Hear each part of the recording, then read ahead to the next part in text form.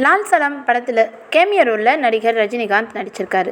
இந்த படத்தில் அவர் நடிக்கிறதுக்கு ஒரு நிமிஷத்துக்கு, அதாவது கேமியோ ரோலில் நடிக்க எவ்வளவு சம்பளம் வாங்கியிருக்காருன்றதை பார்க்குறதுக்கு முன்னாடி, இப்போ தான் நீங்கள் நம்ம சேனல் பார்க்குறீங்கன்னா சப்ஸ்கிரைப் பண்ணிக்கோங்க.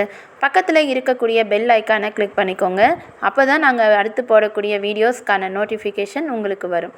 தமிழ் சினிமாவில் மிகப்பெரிய நடிகராக வலம் வரக்கூடிய நடிகர் சூப்பர் ஸ்டார் ரஜினிகாந்த் அவர்கள் தன்னுடைய மகள் ஐஸ்வர்யா ரஜினிகாந்த் இயக்கி இருக்கக்கூடிய லால் சலாம் படத்தில் கேமியோ ரோலில் நடிச்சிருக்காரு.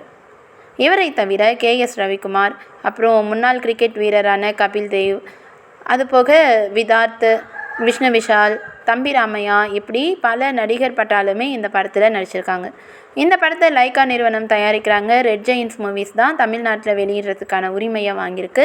நாளைக்கு இந்த படம் ரிலீஸ் ஆக போகுது.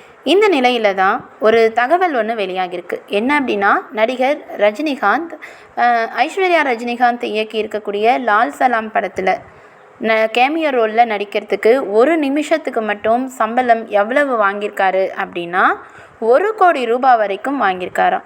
இந்த படத்தில் அவர் கிட்டத்தட்ட 40 நிமிஷம் நடிச்சிருக்காரு. அப்போ ஒரு நிமிஷத்துக்கு 1 கோடி வீதம் 40 நிமிஷத்துக்கு 40 கோடி ரூபாய் வரைக்கும் சம்பளமாக வாங்கியிருப்பதா தகவல் வெளியாகியிருக்கு.